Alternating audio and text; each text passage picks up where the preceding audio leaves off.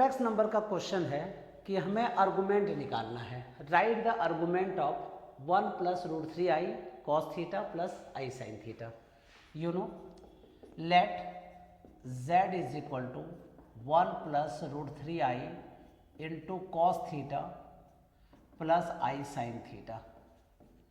अब 1 से पूरे को मल्टीप्लाई कर लीजिए तो क्या हो जाएगा, cos theta plus i sine theta. ठीक है, अब रूट 3 प्लस आई से मतलब रूट 3i से हम लोग मल्टीप्लाई कर लेते हैं तो प्लस रूट 3 कॉस थीटा आई। अब i इंटू आई स्क्वायर -1 तो माइनस रूट 3 साइन थीटा। अब देखो बच्चा, ये रियल पार्ट है, ये भी रियल पार्ट है, तो रियल पार्ट को एक साथ लिख देते हैं तो cos theta minus root 3 sine theta. Imaginary part को एक साथ लिख दीजिए तो आई कॉमन ले लीजिए, क्या बचा यहाँ पे sine theta plus root 3 cos theta. Clear है। कॉम्प्लेक्स नंबर का पोलर फॉर्म क्या होता है, जनरल फॉर्म क्या होता है, तो पहले मैं इसको पोलर जनरल फॉर्म में लिख देता हूँ।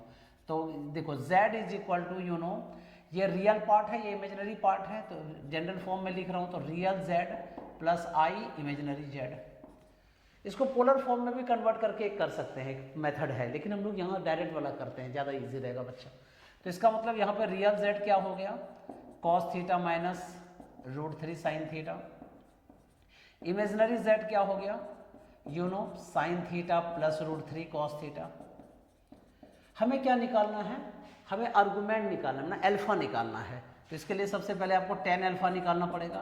तो टेन अल्फा इक्वल टू क्या फॉर्मूला होता है बच्चा, imaginary z upon real z। Clear है। अब इमेजिनरी z क्या लिखेंगे यहाँ पे, sine theta plus root 3 cos theta upon you know cos theta minus root 3 sine theta. ठीक है।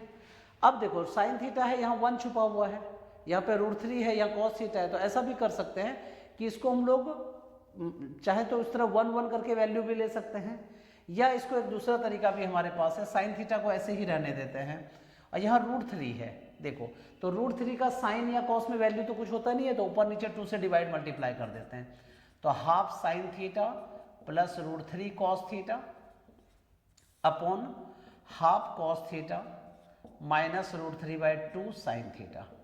यहाँ तक क्लियर है।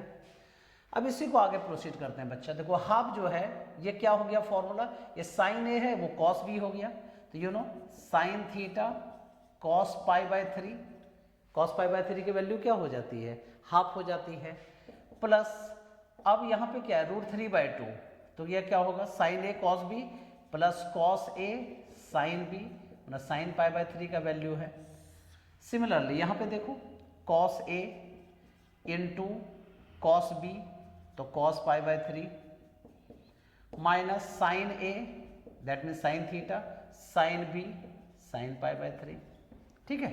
अब देखो sine A into cos B plus cos A into sine B, क्या फॉर्मूला होता है, sine A plus B, then you know sine A plus B. यहाँ पे cos A cos B minus sine A sine B, तो you know cos A plus B, क्योंकि यहाँ पे minus वाला है ना। अब sine theta upon cos theta क्या होता है बच्चा, tan theta, so tan theta plus π/3 is equal to you know tan alpha. Tan tan cancel, मतलब टेन को अगली साइड लेंगे, टेन इनवर्स बन जाएगा, कैंसिल हो जाएगा, तो अल्फा, अल्फा को क्या कहते हैं आर्गुमेंट, तो आर्गुमेंट इज इक्वल टू यहाँ पे क्या हुआ theta plus π/3। This is your final answer.